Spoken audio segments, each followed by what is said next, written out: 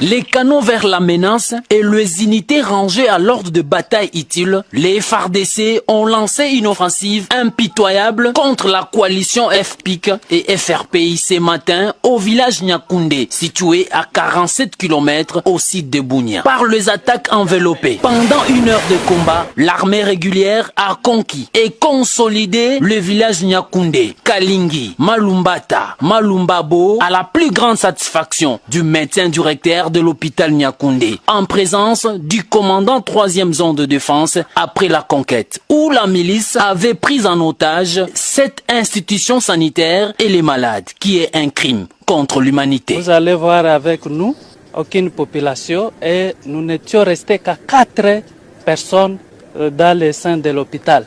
Donc avec autant de malades, qu'il ne fallait pas les abandonner.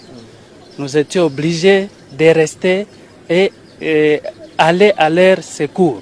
Avec votre présence en ce jour, vraiment c'est une grande fierté quand nous voyons nos loyaux militaires qui sont à côté de nous pour apporter la sécurité du milieu qui était plus longtemps sous la menace d'insécurité. Hormis la conquête de ces villages, l'armée régulière a neutralisé 13 miliciens FPIC, 14 capturés, donc 7 blessés, mis aux soins à l'hôpital de Nyakoundé dans le respect des droits humanitaires internationaux et le règle d'engagement. C'est le bilan de ces opérations qui s'inscrit dans le cadre de mesures radicales prises par le commandant suprême des forces armées. J'aimerais vous dire que nous sommes une force, la force loyaliste.